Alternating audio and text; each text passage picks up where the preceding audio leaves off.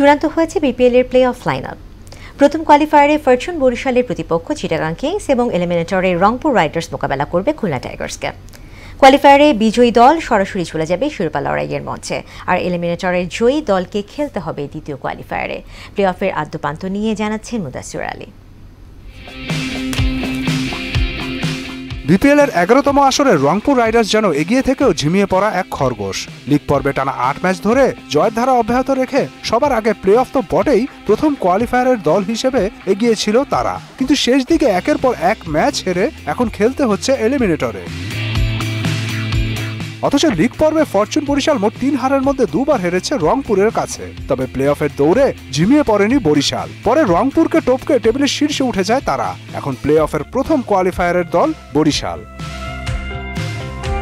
এদিকে লিগের শেষ দিকের সাফল্যে প্লে অফে ভালো অবস্থানে এসেছে চিটাগাং। রংপুর ছন্দ হারানোয় কপাল খুলে যায় তাদের।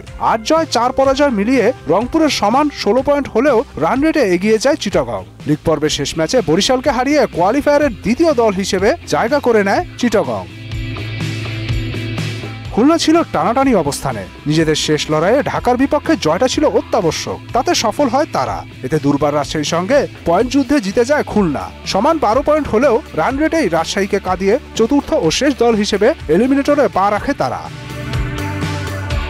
প্লে অফে প্রথম কোয়ালিফায়ারে বিজয়ী দল সরাসরি চলে যায় ফাইনালে। হেরে গেলেও সুযোগ পায় দ্বিতীয় কোয়ালিফায়ারে খেলার, আর এলিমিনেটরে হেরে গেলেই বাদ। তবে এলিমিনেটরের বিজয়ী দল দ্বিতীয় কোয়ালিফায়ারে জিতে নিশ্চিত করতে হয় ফাইনাল। সুতরাং বলার অপেক্ষা রাখে না বরিশাল ও চিটাগাংয়ের একবার সুযোগ থাকলেও রংপুর ও খুলনার জন্য এখন কেবল বাঁচা মরার লড়াই।